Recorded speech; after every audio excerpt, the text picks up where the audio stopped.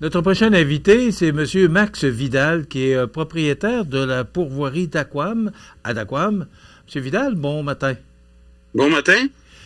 M. Vidal, vendredi, via Facebook, vous avez annoncé, après 32 ans de passion et de dévouement, que votre entreprise cessera ses activités le 31 mars prochain.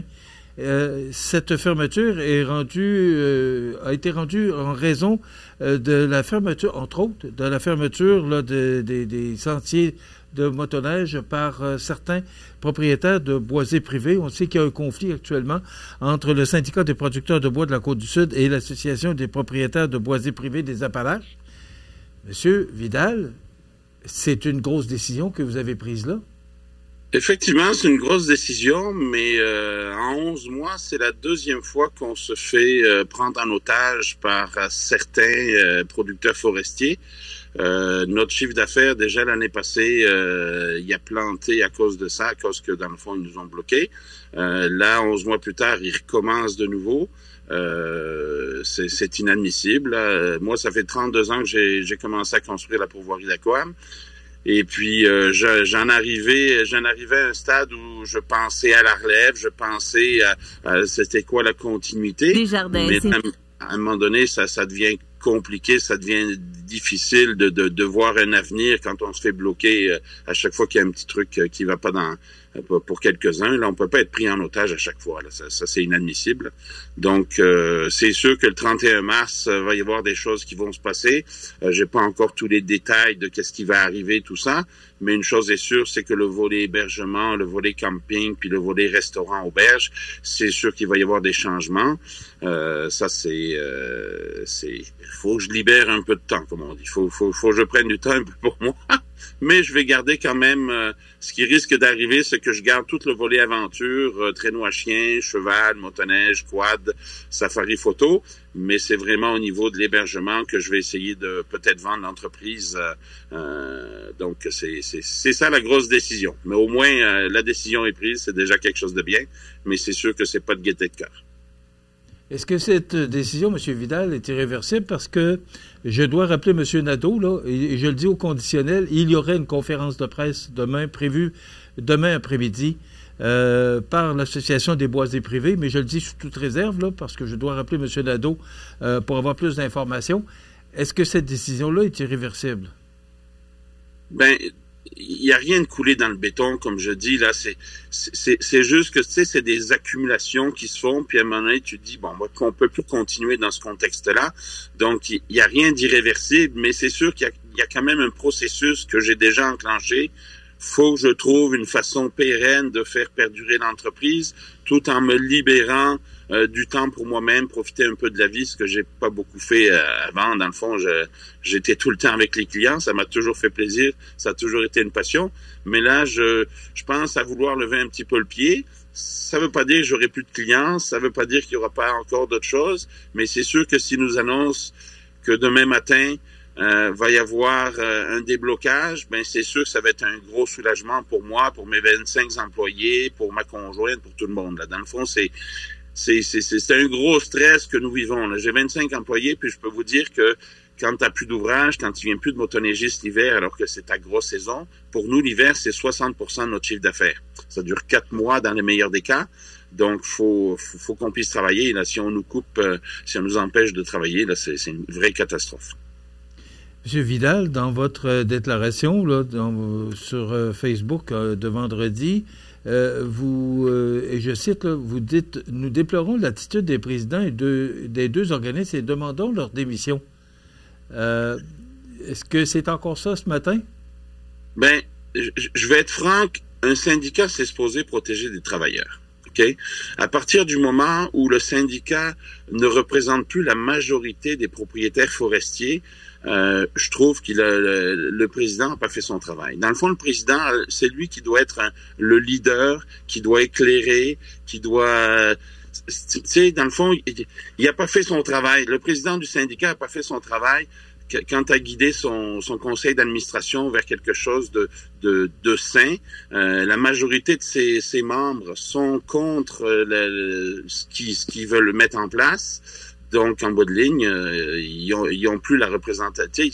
Ils sont plus légitimes. Le président du syndicat est plus légitime.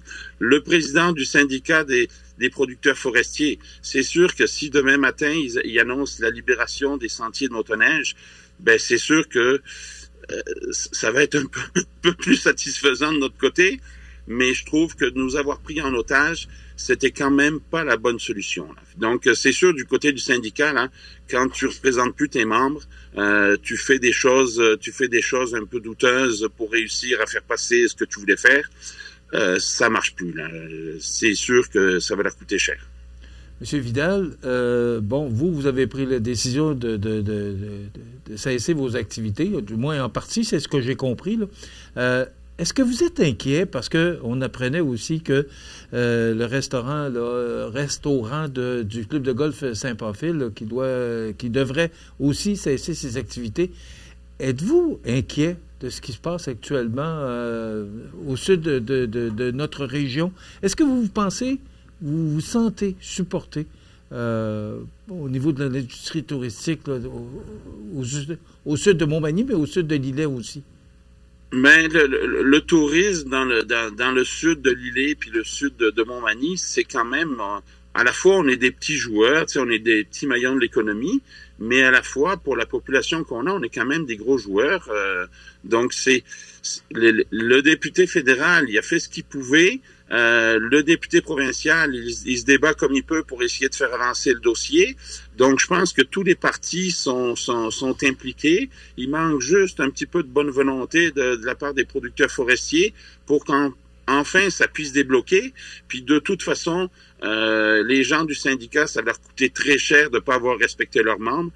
C'est inadmissible. Dans le fond, la population au complet est avec les producteurs forestiers.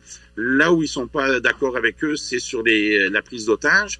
Mais c'est sûr que le syndicat, quand tu représentes plus tes membres, il y a vraiment des grosses questions à se poser là. Puis le leader là-dedans, c'est toujours le président. Fait que si le président il fait pas sa job, faut que ça débarrasse. Est-ce que, parce que la copropriétaire du bistrot d'érable nous faisait mention aussi de son inquiétude face à de possibles d'autres fermetures, est-ce que vous avez cette inquiétude-là aussi? Ben, tu sais, quand une économie, on est tous interreliés, là. Moi, je vais au bistrot d'érable avec mes clients français en motoneige. Je m'en vais chez Loupeau, à Sainte-Apolline-de-Patonne, visiter son sanctuaire de loups. Je m'en vais au golfe de Saint-Pamphile pour manger avec mes motoneigistes. Moi, je vais partout dans la région avec mes motoneigistes. Puis, il y a des retombées pour tout le monde. Est-ce que c'est des gros volumes? Non. Mais en bout de ligne, si je regarde, moi, l'entreprise, 32 ans ici, quand j'ai commencé il y a 32 ans, il y avait 0 chiffre d'affaires touristique dans la région de Montmagny-Sud, OK? La seule entreprise touristique, c'était la Grande Coulée à l'époque, OK? Puis on sait ce que ça a fini à péricliter en plusieurs fois. Donc, en bout de ligne, dans le sud de Montmagny, il n'y avait rien, $0 dans le tourisme. À l'heure actuelle, 32 ans plus tard, si je calcule mon entreprise, si je calcule Esquerre Nature, bistrot d'érable, les micro-chalets à Sainte-Lucie. Je calcule les retombées économiques des dépanneurs avec l'essence et tout ça. C'est plusieurs millions de dollars dans la région qui provient de touristes. Donc, c'est vraiment important de nous laisser travailler parce que dans le fond, 66% de l'argent qu'on reçoit reste dans le milieu. Okay? Ça, c'est important. À chaque dollar que je reçois, il y a 66 cents qui restent dans le milieu. Fait que si j'ai un chiffre d'affaires d'1 million de dollars, ça veut dire que tu as 666 000 dollars qui restent dans le milieu. Fait que c'est important. Là, chaque dollar que les gens dépensent chez nous, 66 cents restent dans le milieu. C'est vraiment super important. Les gens ne se rendent pas compte de l'importance d'avoir un tissu économique. Mais quand il n'y a plus de poste à gaz dans sa municipalité, ça commence à pas bien aller. Plus de dépanneurs, là, c'est la fin, là. Il reste plus que le bureau de poste, puis là, c'est fini, là. Donc, faut vraiment nous laisser travailler. C'est vraiment important. Nous autres, on emploie 25 employés. C'est dans le tourisme à Saint-Just-de-Bretonnière. Qui l'aurait cru il y a 32 ans, là? Monsieur Vidal, bon, on parle beaucoup de ce conflit, là, entre l'association forestière puis le syndicat des producteurs de bois. Est-ce que c'est la goutte qui a fait déborder le vase ou vous étiez déjà en réflexion de changer la façon de faire, la façon d'opérer votre entreprise, ou c'est vraiment là, la goutte qui a fait déborder le vase, puis tu dis, moi, je l'ai assez? Ben, c'est sûr que depuis 2 ans, je cherche un moyen de continuer tout en me libérant du temps. Fait que j'avais pas trouvé de moyen comme tel, mais c'est sûr que là, l'hiver passé, ça nous a fait vraiment, sur le chiffre d'affaires, on a planté le chiffre d'affaires, j'ai dû remercier des employés. Donc déjà, l'hiver passé, ça nous a fait mal. Puis là, 11 mois plus tard, on y retourne une fois de plus.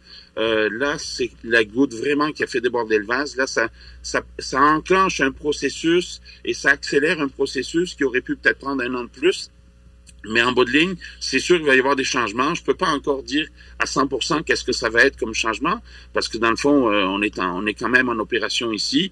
Donc, je peux pas exactement dire ce que ça va être, mais c'est sûr qu'il y a une décision qui a été prise. Puis après ça, qu'est-ce que ça va être? C'est sûr, si demain matin, on peut enfin travailler, c'est sûr que ça va améliorer le dossier.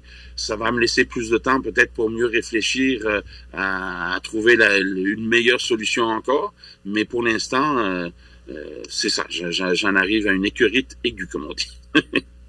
Monsieur Vidal, est-ce que dans toutes les stratégies qu'on utilise là, pour amener le tourisme chez nous, est-ce que la motoneige est l'activité la plus lucrative de l'année par rapport au tourisme? Ben, c'est sûr que si on regarde la motoneige, c'est elle qui redistribue le plus d'argent à tous les commerces de la région. Pourquoi? Parce que dans le fond, le poste à gaz, vous avez des gens qui vont au dépanneur, il y a des gens qui vont louer des chalets, qui vont aller à l'épicerie, il y a des gens qui louent des chalets chez nous, qui vont prendre les repas à l'auberge, il y en a qui vont dans les bars. Donc, c'est vraiment la motoneige qui permet d'asseoir le plus de retombées sur tout le monde. M. Vidal, il reste à peu près 2 minutes. Vous n'avez pas de boule de cristal, mais comment voyez-vous l'industrie touristique au cours des prochaines années? Est-ce que vous pensez qu'elle sera toujours aussi florissante ou avec tout ce qu'on nous impose comme taxation, les gens vont peut-être diminuer ou changer de direction ou de destination? Ben, c'est sûr que l'industrie touristique, avec tout ce qui nous rajoute, des taxes, des contraintes, c'est sûr que c'est très, très compliqué. C'est plus compliqué qu'il y a 25 ans. En bout de ligne, est-ce que c'est pour le bien? Ben oui, il y a toujours des choses qui sont pour le bien. Mais en bout de ligne, quand vous avez la goutte qui fait déborder le vase, là, c'est comme trop. Donc, le tourisme dans la région, ben, il n'y a pas le choix. Il va continuer à progresser. Mais c'est sûr qu'en faisant des actions comme ils ont été faites dernièrement, puis il y a 11 mois l'année passée, c'est sûr que ça met un petit coup de... tu sais, ça va ralentir, puis ça va repartir, mais en bout de ligne, ça va faire du tort. Puis c'est sûr qu'il y a des entreprises qui vont fermer plus vite qu'elles ne devaient. Il y a des entreprises qui se relèveront peut-être pas à 100%. C'est sûr que ça a un impact négatif, puis à long terme, il va finir par s'effacer, mais ça prend du temps, là. Puis c'est au travers des entreprises, il y a des personnes, là. Tu sais, c'est pas juste une entreprise, une affaire fictive sur le papier, là. Dans le fond, c'est qu'il y a des gens en arrière, il y a des familles, il y a 25 employés, c'est beaucoup dans le tourisme à Saint-Just, là. Monsieur Vidal, on va vous souhaiter bonne chance pour le futur.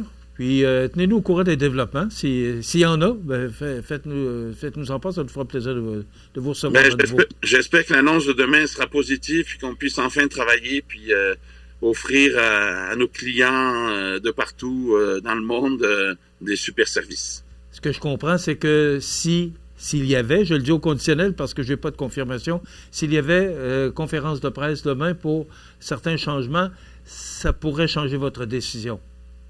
Ben, c'est sûr que ça va me permettre d'avoir une option de plus, de prendre plus de temps, de trouver d'autres avenues. Mais c'est sûr que il reste une chose, c'est que je veux lever le pied un petit peu. Mais je veux quand même travailler dans le tourisme encore, je veux travailler dans ma business, je veux travailler sur le traîneau à chien, les chevaux, tout ça. Donc dans le fond, c'est pas tout qui va fermer, c'est comment ça va fermer, ça va-tu être vendu, j'ai pas encore de réponse encore, mais une chose est sûre, c'est qu'il va falloir qu'il y ait des choses qui changent. Puis si on est demain matin, ça se libère, ben ça va nous donner un petit peu ça va nous permettre de respirer, puis ça va donner un peu plus de temps pour réfléchir. Max Vidal, propriétaire de Chalet Villégiature et pourvoirie de Aquam, merci d'avoir été avec nous. Bonne chance. Merci bien.